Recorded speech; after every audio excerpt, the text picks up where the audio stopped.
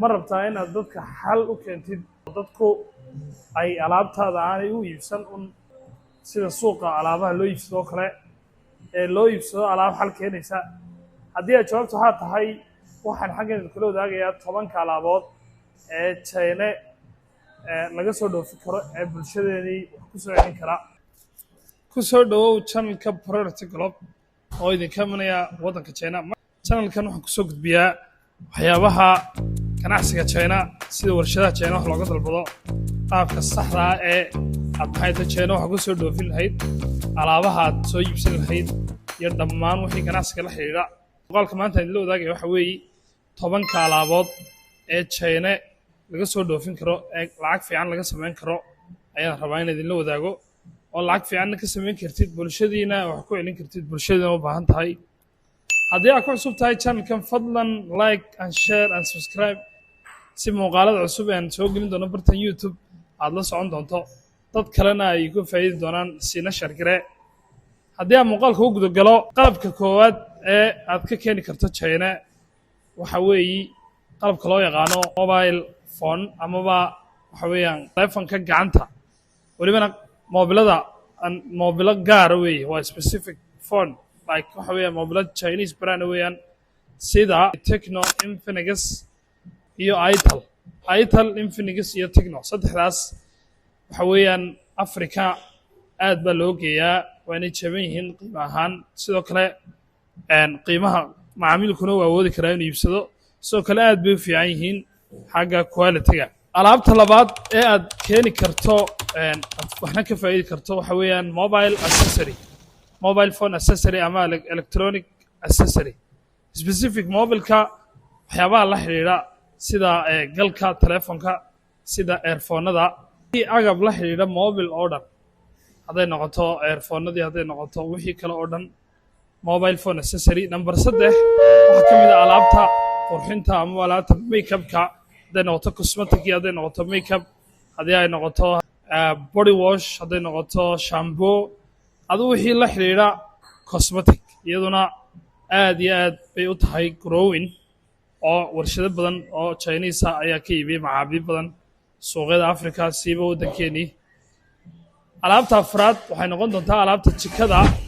jikada afraad waxay noqon doontaa alaabta jikada laakiin alaabta jikada way balaaran tahay alaabta jikada oo dhan maaha waa in gooniya sida garabka khudaarta jajabiya sida bahasha toonta samaysa oo kale oo toonta markiiba ku sameynaysa iyo alaabaha yar ee lagu talagalay khudaarta alaabtaasi waa growing alaabtaasi meelaha baahi badan ayay leeyihiin qiimayaashooduna aad ayuu u hooseeyaa qalabka shanaad waa qalabka xafiiska sida qalabka stationery-gii iyo office supplies oo dhan wixii xafiis la xiriiro oo dhan qalabka lixaad waa qalabka caruurta ay ku ciyaaraan ama toys loo yaqaano waxyaabaha loo yaqaano tantiska ama taandhooyinka ama toyska caruurta ku ciyaaraan amaba waa qalabka caruurta ku ciyaaraan oo dhan iyo caruur waxyaabaha micnaha qalabka caruurta ay caan ku tahay oo dhan okay toys oo dhan ha kala reebin qalabka toddobaad waxaa ka mid ah sunglasseska muraayadaha ama ookiyaalaha saa u taqaanid handbagga boorsada maxay tahay waxyaabahaas oo dhan waa ka mid ah qalabka sideedaad waa swab silicon waa maxay micnaha waxa weeyaan waa silicon materialka silicon loo yaqaano qalabka laga sameeyo oo dhan hadday noqoto travel bottle micnaha caagadda biyaha lagu shubto ee lagu talagalay travelinka in lagu safro qalabka jiimka ee lagu jimicsado isaguna wuxuu ka mid yahay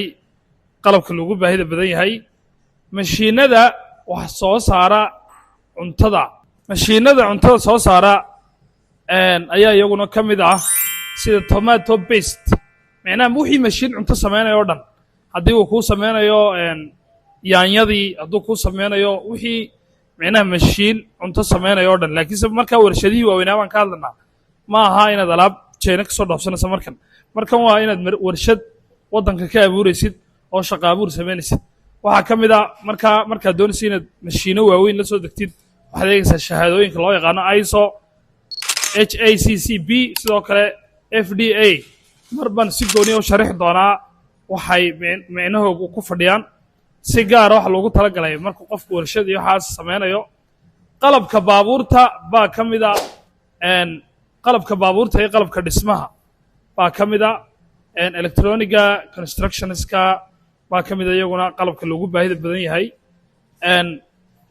ka hor intaadan waxba China ka gadan warshadda hubi waxaad iska hubisaa shahaadooyinka ganacsiga inay shahaadooyin ganacsi leedahay sida FDA sida ISO sida xalaal haddii aad cunto ka dalbaysid China waxaa fiirinaysaa ama iska hubinaysaa inuu leeyahay xalaal certificate haddaanu xalaal lahayn iska ilaali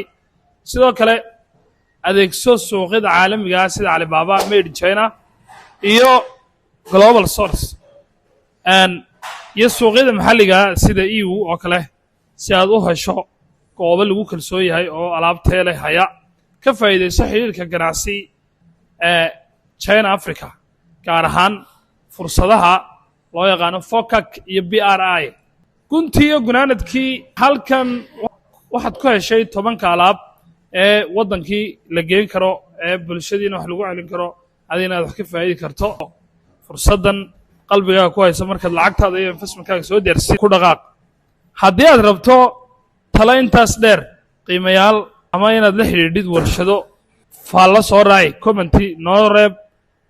alaabta waxaad u baahan tahay nala wadaag subscribe channelka dhe